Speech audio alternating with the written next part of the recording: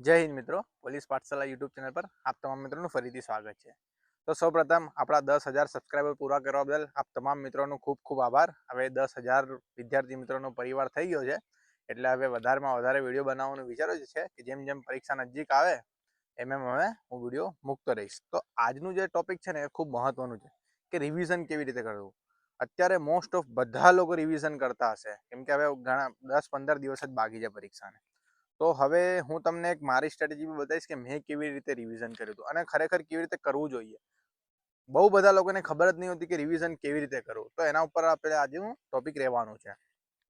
તો જુઓ, સૌ પ્રથમ તો આપણે પહેલા બી કીધું છે કે હવે નવું વાંચવાનું તમે બંધ કરી દો. તમે એવું ના કરતા કે મારું આ બાકી છે, પેલું બાકી છે, નવું એડ કરતા જ જાઓ. તો નવું વાંચવાનું બંધ કરી દેજો. એમાં શું થશે કે તમે જે જૂનું વાંચેલું છે ને એ બી ભૂલાઈ જશે, જે તમને ઓલરેડી આવડે છે. એટલે નવું વાંચવાનું બંધ કરી દેશો અને અત્યાર સુધી તમે જેટલું કર્યું છે ને હવે એનું જ રિવિઝન કરવાનું છે. એનાથી શું થશે કે જો હવે એમાં એવું નથી હોતું કે જેને બધું વાંચ્યું છે એ પાસ થાય. હવે વિચારી લો કે તમે જે વાંચ્યું છે, જે રિવિઝન કર્યું છે, એ જ ટોપિકમાંથી પ્રશ્ન આવે તો તમારે પ્રશ્ન સાચો પડે. તમે એમ ના વિચારતા હોય કે મારું આ બાકી છે. એ કરવા બેસશો ને તો સિલેબસ ક્યારે પૂરું નહીં થાય. તમે જે વાંચ્યું છે ને એમાંથી એક પણ પ્રશ્ન ખોટો ના પડવો જોઈએ. તમે જે ટોપિક વાંચ્યું છે એનું રિવિઝન કર્યું છે વારંવાર, એ ટોપિકમાંથી જો પ્રશ્ન પૂછાય ને તો તમારો ખોટો પડવો જ ના જોઈએ. એવી રીતે રિવિઝન કરવાનું છે. એટલે કહું છું કે નવું વાંચવાનું બંધ કરી દેજો અને જૂનું વારંવાર રિવાઇઝ કરજો. પછી તમે જે વાંચો છો એમાંથી ખોટું ના પડવું આવી ગયું. હવે રિવિઝનમાં વાંચન કેવી રીતે કરવું ને સૌથી મોટો પ્રશ્ન હોય છે. મને ઘણી કમેન્ટ આવે છે, ડીએમ આવે છે કે રિવિઝન કેવી રીતે કરવું. તો હું તમને એક રિવિઝનની મેથડ બતાવું છું કે રિવિઝન કેવી રીતે કરવું. તો જો અત્યારે હવે આટલા દિવસ બાકી એટલે તમે મોક ટેસ્ટ તો આપતા જશો, બરાબર. હવે તમે જેમ કે ધારો 200 માર્ક્સની એક મોક ટેસ્ટ આપી. હવે એ મોક ટેસ્ટમાં તમારા કેટલા માર્ક્સ આવ્યા ને એ મહત્વનું નથી. મને ઘણા એવા કમેન્ટ કરે છે કે મારા આટલા માર્ક્સ આવ્યા, સારા કહેવાય, આટલા માર્ક્સ સારા કહેવાય. તો મોક ટેસ્ટ માર્ક્સ માટે નથી હોતી મિત્રો. તમારે પોતાનું એનાલિસિસ કરવા માટે હોય છે કે મને આ ટોપિક આવડે છે, આ ટોપિક નથી આવડતા. હવે તમે મોક ટેસ્ટ આપી દીધી કોઈ બી એકેડમીની હોય. હવે એ મોક ટેસ્ટનું પેપર તમે લો અને એમાં જુઓ કે તમારા આટલા માર્ક્સ આવ્યા તો તમારા કયા ટોપિક સાચા છે.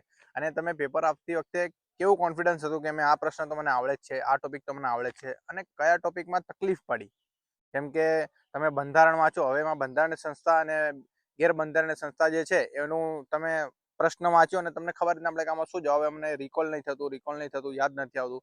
તો હવે એ જે ટોપિક છે ને એ તમારે રિવિઝન કરવાનું છે કે જે તમને મોક ટેસ્ટમાં નહીં આવડ્યું, તમને યાદ જ નહીં આવે કે હા મેં વાંચ્યું તો છે પણ ભૂલાઈ ગયું છે. હવે એ વસ્તુનું જ રિવિઝન કરવાનું છે. તો તમે મોક ટેસ્ટ આપતા હશો તો એમાંથી એનાલિસિસ કરવાનું છે અને કયા ટોપિકમાં તમારા જવાબ ખોટા પડે છે, કયા તમને રિકોલ નથી થતા, એવા મુદ્દાઓ વધારે રિવાઇઝ કરવાના છે. બાકી જે યાદ છે તો તમને આવડે જ છે, એ વધારે રિવિઝન નથી કરવાનું. તમે એવા ટોપિક ગોતીને કાઢો અને એવા ઘણા ટોપિક નીકળશે. એનાથી શું થશે કે તમને જો એ ટોપિક પરીક્ષામાં પૂછાશે ને તો તમારા માર્ક્સ ઓટોમેટિક વધશે. આ રિવિઝન કરવાનો ફાયદો છે કે રિવિઝન કરવાથી માર્ક્સ તમારા વધશે. જો તમારા પરીક્ષામાં 130, 135 આવતા હશે અને તમે વારંવાર રિવિઝન કરશો ને તો તમારા 140, 145 આવી શકે છે. અને મેં બતાવ્યું એ પ્રમાણે જ કરજો. બધા સબ્જેક્ટમાં એવા ટોપિક તમારે કાઢવાના કે મારા આ ટોપિક ખોટું પડ્યું, ગણિતમાં મને આ મેથડ ખોટી પડી, રીઝનિંગમાં મને આ યાદ નથી આવ્યું, આ દિવસો યાદ નથી આવ્યા, આનો કોડ યાદ નથી આવ્યું. એવી વસ્તુની રિવિઝન કરવાનું છે. એવી જો હવે હું બતાવું કે તમે કેવી રીતે રિવિઝન કરતા હશો. તમે જે નોટ્સ બનાવી છે ને એ નોટ્સ તમે લેતા હશો અને જે તમે લખ્યું છે ને એને વાંચ કરતા હશો. તો એવી રીતે રિવિઝન નથી કરવાનું. મેં બતાવ્યું ને એવી રીતે તમે એકવાર ટ્રાય કરજો કે જે ટોપિક તમારા ખોટા પડે છે, જે નથી આવતા, યાદ નથી આવતું, એ જ તમારે રિવિઝન કરવાનું છે. અને એ બેસ્ટ મેથડ છે, એનાથી જ તમારા માર્ક્સ વધશે. બાકી તમને જે આવડે છે તમે વાંચ કરશો તો પછી તમારા માર્ક્સ કેવી રીતે વધશે. કે તમને કોન્ફિડન્સ છે કે મને આ ટોપિક તો આવડે જ છે, મારો મોક ટેસ્ટમાં બી સાચો પડ્યો હતો અને હવે આને વાંચવાની જરૂર નથી. કેમ કે હવે આમાં થશે કેવું કે 10-15 દિવસ જ છે. એટલે તમે નવું વાંચવા જશો તો યાદ નહીં રહે, પણ જે તમે વારંવાર રિવિઝન કર્યું હશે ને એ તમે 10-15 દિવસ માટે આરામથી યાદ રહી જશે. એટલે પરીક્ષામાં જ્યારે ક્વેશ્ચન આવશે ને તો તમે ફટ દઈને ટીક કરી દેશો. પછી છે કે અમુક જો પછી કેવી રીતે કરવાનું છે કે જો કોન્સ્ટેબલના સિલેબસમાં છે ને 10 સબ્જેક્ટ છે. ગુજરાત, ભારતનું ભૂગોળ એ બધું મેં એકમાં જ કરી લીધું છે. એટલે જે જો મેથ્સ, રિઝનિંગ, ગુજરાતી ગદ્યાત ગ્રહણ, પછી બંધારણ, પછી ઇતિહાસ, ભૂગોળ, વારસો, science and technology, current affair અને જીકે. 10 સબ્જેક્ટ છે એને તમે દિવસ વાઇઝ ડિવાઈડ કરી દો કે જેમ કે 15 તારીખે એક્ઝામ છે તો હવે એના 10 દિવસ પહેલા તમારું આખા બધા સબ્જેક્ટનું રિવિઝન થઈ જવું જોઈએ. મેં બતાવ્યું એવી રીતે કે જેમને તમને જે ટોપિક નહીં આવડતું, રિકોલ નહીં થતું ને એવા ટોપિકનું રિવિઝન 10 દિવસમાં થઈ જવું જોઈએ. હવે 10 દિવસ જરૂરી નથી, કેવી રીતે કરો એમાં ડિવાઈડ તમે. જેમ કે જે નાના સબ્જેક્ટ છે ને, હવે ગુજરાતી, ગદ્યાત, ગ્રહણ છે તો એમાં તમારે આખો દિવસ રિવિઝન નહીં કરવાનું, એમાં તો ખાલી તમારે પ્રેક્ટિસ જ કરવાની છે.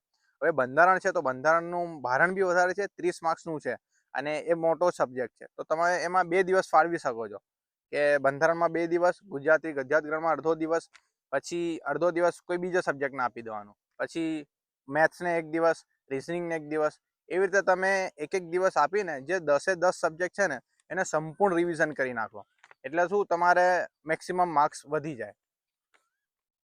તો જો હું તમને ઉદાહરણ આપું કે મેથ્સમાં એક ચેપ્ટર છે કામ, સમય અને મહેનતાણું. હવે એમાં એક મેથડ છે કે એ 15 દિવસમાં કામ કરે છે, બી 20 દિવસમાં કામ કરે છે. બંને ભેગા મળીને કામ કરે તો કેટલા દિવસમાં કામ પૂરું થાય? તો હવે તમારામાં ખાલી એનું સૂત્ર જ જોવાનું છે કે જે તમે ટ્રીક, જે બી તમે ફેકલ્ટી જોડે ભણ્યા હો એને તમને કેવી રીતે સમજાવ્યું છે એ રીત જ જોવાની છે કે હા આમાં આ રીતે થાય છે. પછી રિઝનિંગમાં કેલેન્ડર છે તો કેલેન્ડરમાં જે દિવસોના અમુક કોડ છે એ કોડ તમારે યાદ કરવાના છે રિવિઝનમાં, કેમ કે તમને પરીક્ષામાં યાદ નહીં આવે, એટલું મેન્ટલ પ્રેશર હશે ને તમારા ઉપર અને તમે રિવિઝન નહીં કર્યું હોય ને તો યાદ નહીં જ આવે. તો એવું બધું જે સૂત્રો છે, જે કોડ છે એ તમે વારંવાર રિવિઝન કરો જેથી તમારો સમય પરીક્ષામાં બચશે. પછી જે કરંટમાં કેવી રીતે રિવિઝન કરવું, તો તમે કરંટ એકવાર તો વાંચ્યું જ હશે, કાં તો નોટ્સ બનાવી હશે, કોઈ બી મેગેઝિન વાંચી હશે. તો હવે તમારે રિવિઝનમાં કેવું કરવાનું, કેમ કે ઉપર એક મુખ્ય હેડલાઇન હોય છે અને નીચેની ડિટેલ્સ હોય છે. તો એ જે મુખ્ય હેડલાઇનો છે ને એ તમારે ફટાફટ રિવિઝન કરી જવાની છે, જેથી ઉપર છેલ્લું જો કરંટ પૂછાય, વન લાઇનર પૂછાય તો તમને તરત આવડી જાય. ડિટેલમાં તો તમે ઓલરેડી પહેલાં વાંચ્યું છે. રિવિઝનમાં તમારે વધારે ટાઈમ નહીં આવવાનો, ફટાફટ બધું રિવિઝન કરવાનું છે અને એને જ રિવિઝન કહેવાય. તમે પહેલાં જેટલું આખી નોટ્સ બને છે એ બધું નહીં વાંચવાનું, જે મુખ્ય વસ્તુ હોય એનું જ રિવિઝન કરવાનું. તો મેં બતાવ્યું એવી રીતે તમે રિવિઝન કરી શકો છો. આ મારી પોતાની ટેકનિક હતી. મેં પોતે એક્ઝામના 10-15 દિવસ પહેલાં આવી રીતે જ ફોલો કર્યો હતો. ડે વાઇઝ બધા સબ્જેક્ટને ડિવાઈડ કરી નાખ્યું હતું અને આ દિવસે મારે આ સબ્જેક્ટ, આ દિવસે આ સબ્જેક્ટ, એવી રીતે ડિવાઈડ કરીને રિવિઝન કરવાનું હતું. જેથી શું તમને બી એક કોન્ફિડન્સ આવશે. છેલ્લે તમને એન્ઝાઇટી નહીં થાય કે મારું આ બાકી છે, પેલું બાકી છે, આ સબ્જેક્ટ બાકી છે. અને તમારું બધા સબ્જેક્ટ રિવિઝન થયેલા હશે ને તો તમને અંદરથી કોન્ફિડન્સ હશે જ કે આ મારે ખાલી પરીક્ષા આપવા જ જવાનું છે. અને ઘણા મિત્રો હજી બી ચિંતામાં છે કે મને યાદ નથી રહેતું, પરીક્ષા આવે છે, છેલ્લે મને ચિંતા થાય છે. તો ચિંતા કરવાની જરાય જરૂર નથી. તમે જે પણ મહેનત કરી છે એ તમારે મહેનત તમારે 3 કલાકમાં દેખાડવાની છે. જરાય ચિંતા કરવાની જરૂર નથી. એકદમ આરામથી પેપર આપવાનું છે અને હું આવી રીતે અઠવાડિયામાં તમને મળતો રહીશ અને એક્ઝામ પહેલાં બી તમારા માટે એક મસ્ત વિડીયો બનાવીશ કે કેવી રીતે એક્ઝામ હોલમાં જવું અને કેવી રીતે તમારે બધું હેન્ડલ કરવું. અહીંયા ટાઈમ મળતો નથી. રવિવાર જે બી અહીંયા રજાઓ છે એમાં સમય કાઢીને તમારા માટે વિડીયો બનાવું છું. તો વિડીયો તમને ગમતો હોય તો વિડીયોને લાઇક કરજો, ચેનલને સબસ્ક્રાઈબ કરજો અને બને એટલું આ વિડીયોને શેર કરજો. અને તમને જે પણ કોઈ નવા ટોપિક વિશે કોઈ પ્રશ્નો હોય કાં તો નેક્સ્ટ ટોપિક શેના પર વિડીયો બનાવવું તો તમે કમેન્ટમાં સજેશન કરી શકો છો. હું ત્યાં તમને જવાબ આપી દઈશ. તો મળશું નવા ટોપિકમાં, નવા વિડીયો સાથે. ત્યાં સુધી બધા મિત્રોને જય હિન્દ, જય ભારત.